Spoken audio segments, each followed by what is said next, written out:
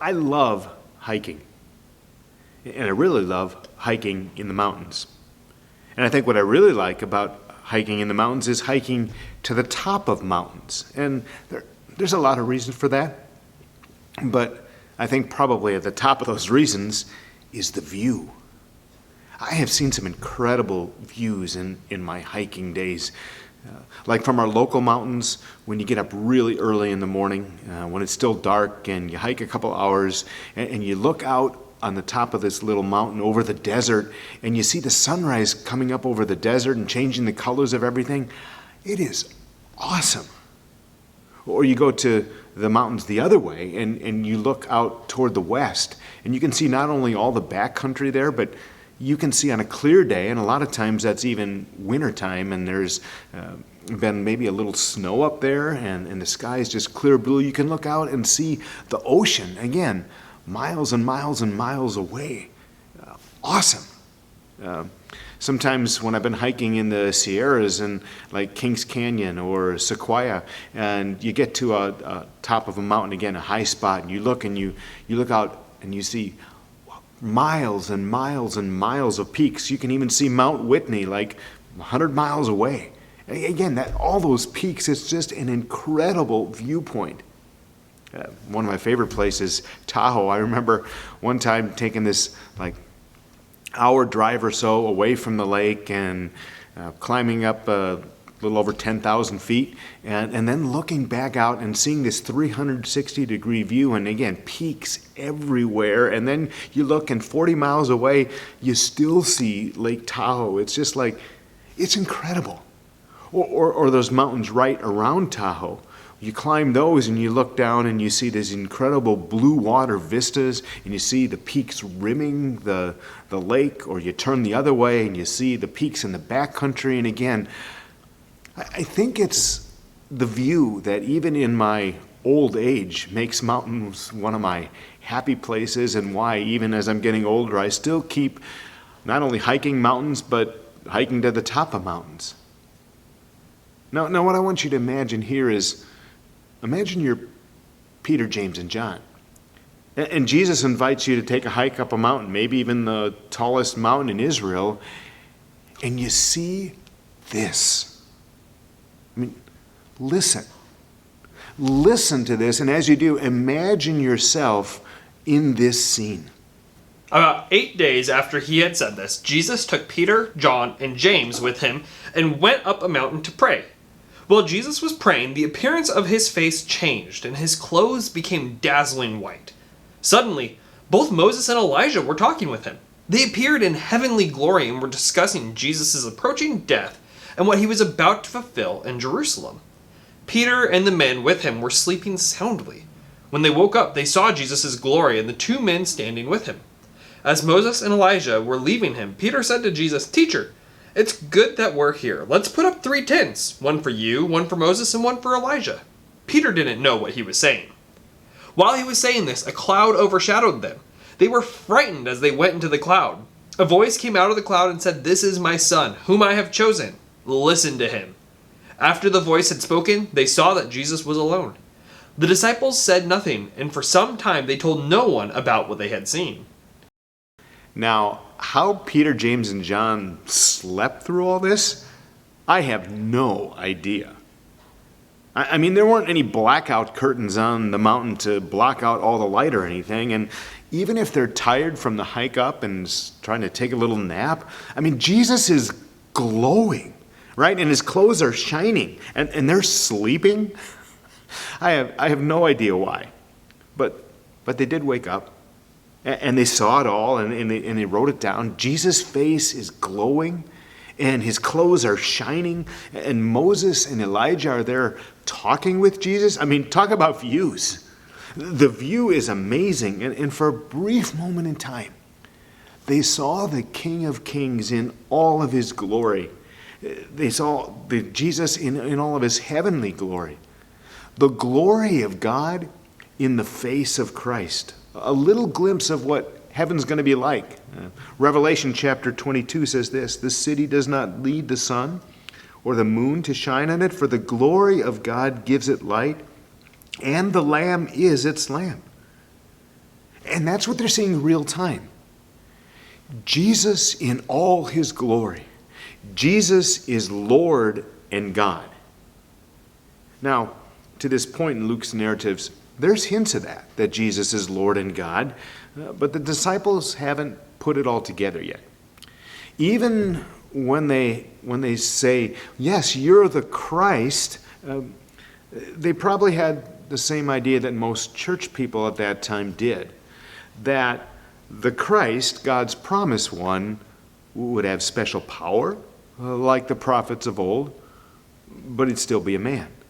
And he'd have special connection with God, like the prophets of old, maybe even do some special miracles like the prophets of old, but he'd still be a man. And even if he were greater than all the prophets of old, even greater than the greatest of all times, Moses and Elijah, he'd still have this special connection with God, he'd still have this special power, but he'd still be a man.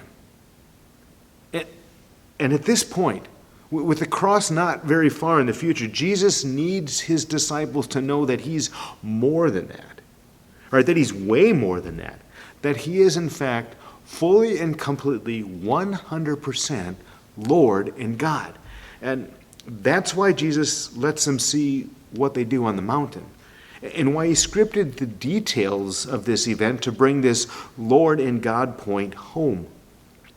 Let me zoom back in and circle back and look at some of those details and what they would have been seeing in that. First, there's the fact that it's a mountain. And we don't know what mountain it was. It might even have been Mount Hermon, the tallest mountain in Israel, approaching 9,000 feet. That would have been like top of the world area for the Israelites. But the significance of mountain is it recalls that all these revelations of God in the Old Testament, they tended to take place on mountains. I mean, from Moses meeting God on a mountain through a burning bush, to God talking to Moses in Mount Sinai and giving him the law after the Exodus, to God giving Elijah a vision of his presence on Mount Horeb. Mountains kind of said, hey, God's showing up here. And then there's the next detail. His face changed and his clothes became dazzling white.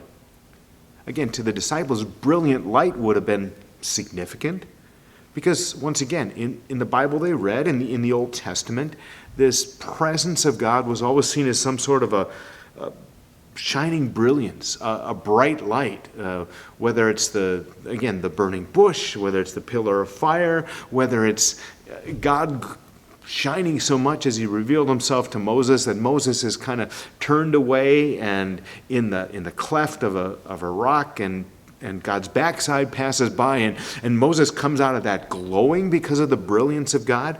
So again, this bright light says presence of God. And then there's Moses and Elijah. I mean, you got Moses and Elijah, it says here, appearing in heavenly glory. So again, this heavenly glory phrase is saying there's something that's shouting presence of God here, heaven on earth. And then you got Moses and Elijah, the greatest prophets of all time, but they were long dead and they're in heaven and now they're here and showing up and talking, and the disciples got to be thinking, what is this? Is this heaven on earth?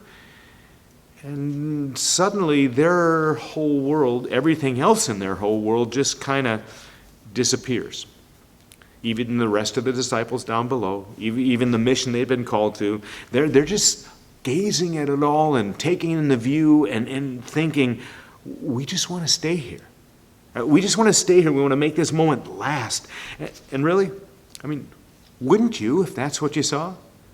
I mean, when I get on the tops of mountains and I take in that view, I just want to linger there for a while.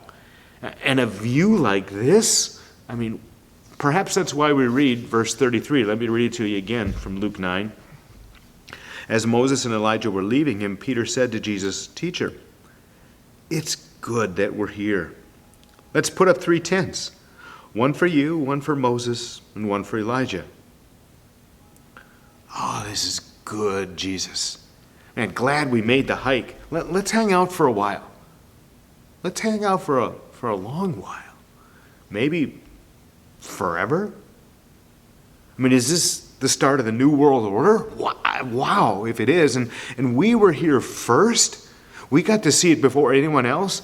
Maybe they'll write stories about us too. Maybe we'll see our name in lights or have a plaque made for us. That's probably a little bit at least, what they were thinking. And that's, I think, why Luke adds at the end of verse 33, Peter didn't know what he was saying.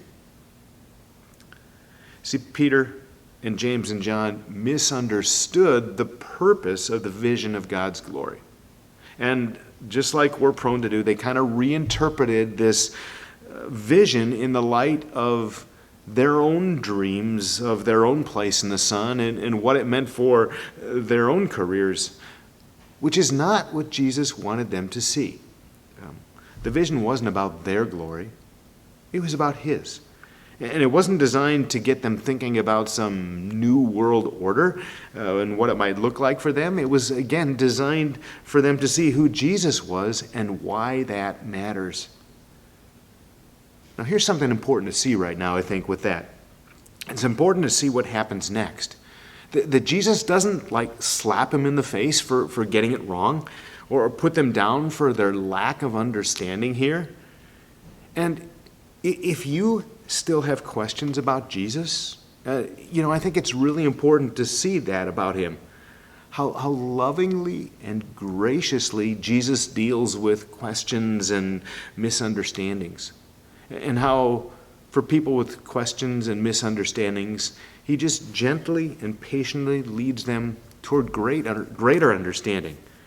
So notice what Jesus does here. Instead of berating them, instead of beating them down, instead of making them feel stupid or silly, again, Jesus patiently lets them see a little more. Lets them see a little more to reinforce the truth of what they'd already seen. So let me take you back into the text again, because there's some more signs that are shouting, this is the presence of God here, at least that the disciples would have seen that. I'm reading down at verse 34.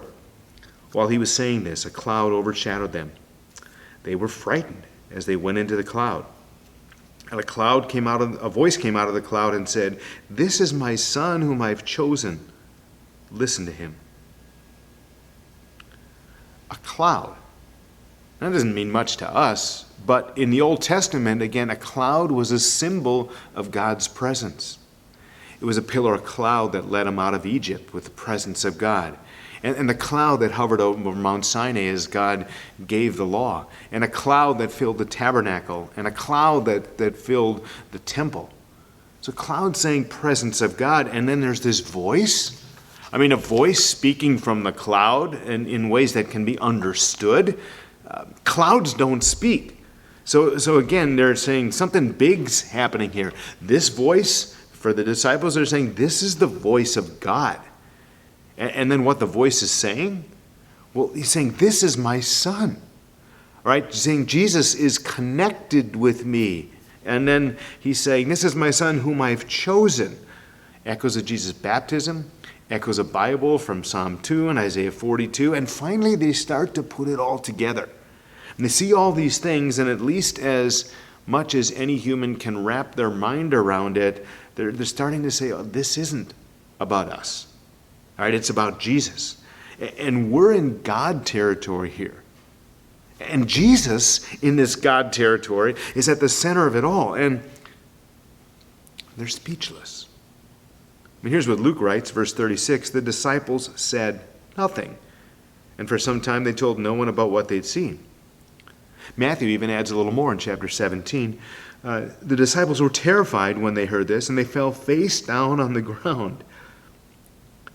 Their response to seeing Jesus as he is, the response to seeing that Jesus is fully and completely Lord and God, awe, wonder, amazement. They're overwhelmed. And worship. I mean, they're falling face down on the ground because this is God territory. And suddenly they're not thinking just of themselves anymore, at least for now.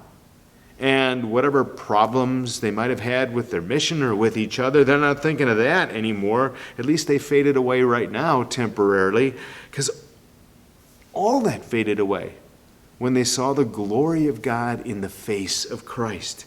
And they were filled with awe and wonder and amazement and worship. And maybe God wants us to catch a little of that vision too. Maybe God wants us to have moments like that and get caught up in the glory of God in the face of Christ. So before we continue this conversation, take a few moments to think about that. Where in your life or where in your church do you need to recapture some sense of the awesomeness of God? Think about that right now.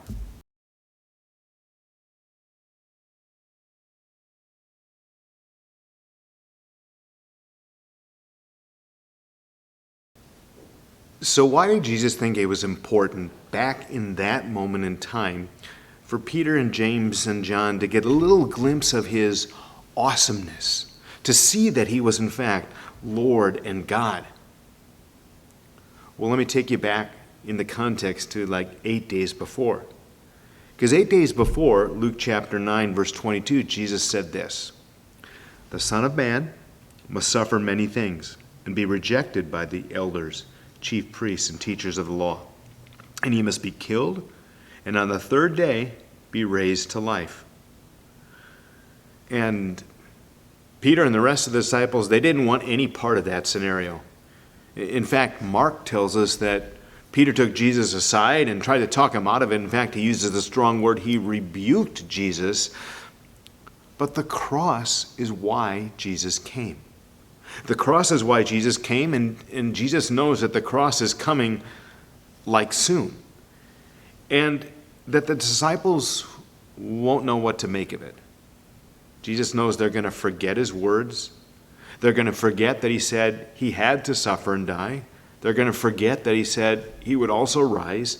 They're going to forget that everything that he had told them that would have to take place, what they'd remember was they'd remember abandoning him. They'd remember denying him. They'd remember running away. They'd remember their foolish arguing over positions of importance, which now when Jesus was hanging on the cross didn't really seem to matter anymore. They will remember seeing Jesus suffer, die, be laid in a grave. They'll feel as if their whole world has come apart, and they're going to worry for their own survival. And Jesus wants them to remember more than that. Jesus knows that they need to remember more than that. And he wants what they remember to get them through all that, to get them through those dark, hard times. And to remember that things are never over until God says that they're over. And so Jesus gives their three leaders, Peter, James, and John, this vision that they're not going to forget, even in the worst of times, even when everything has fallen apart, even when their own world has gotten really, really dark. All right, even then, they're going to remember this moment in time, this vision of the heavenly glory. Now, maybe it's faded a bit. Maybe it's faded a lot in the trauma of the moment. Maybe it's been pushed way back into the background by the trauma of the times, but it's not completely forgotten. Right? You just don't forget visions like this. And so even on their darkest day, as they remember the experience of the glory of God in the face of Christ, they might have just a little glimmer of hope. I know, it just can't be. There's no comeback from this. But do you remember that day on the mountain? Do you remember what we saw there? Do you remember what we saw about who Jesus is? Do you remember him shining? Do you think? Could it be? Could he come back? Will we make it through? See, the point that Jesus was making for these three guys on the mountain was, I am more than just a man. I am, at the same time, fully and completely God. Look around you. This is God encounters type stuff that you read about in the Bible. So that was his way of Peter telling Peter, James, and John, and us, yeah, the cross is coming. Okay, the cross is coming, but don't worry about the cross when you see it, because this vision here, this is what comes after. Right? I always was, I always am, I always will be the almighty and eternal and all-powerful Lord and God, even when it doesn't look like it, even when life's a mess, even when the world goes dark. It was a vision of ultimate realities that was designed to get them through some really tough days and to give them hope in a moment that hope was really hard to be found. Hope that the bad they see isn't all that will be. Now, do you need that? Do you need to find hope in tough and difficult times? Well, before we go on, let's take a few minutes to think about that. How might this vision of ultimate realities that Jesus gives us here, God's power and glory and ultimate victory, how might that help get you through those tough times?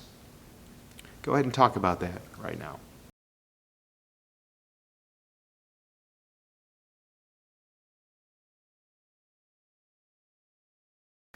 Yes, remembering the glory and power and majesty of God and wrapping your mind around what God shows you are those ultimate realities, it can give you hope and can bring enough light to help see you through some pretty dark days. But there's even more that we need to see about Jesus in the vision here. See, Jesus isn't just showing us in this vision that he's Lord and God. He's also showing us that he's Lord and God who serves. He's Lord and God who serves. Now, why is that important that we see that, especially when days get dark? Well, I think because when days get dark, people tend to think either God's power is sort of losing something, or they think that maybe God didn't like something that we did, so he's punishing us by sending these bad things.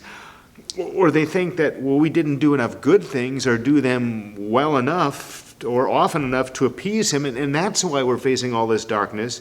That's actually how human nature tends to think of God. But that's a very wrong picture of God. In fact, it's a totally wrong picture of God. And even here in this vision of glory, Jesus shows us that.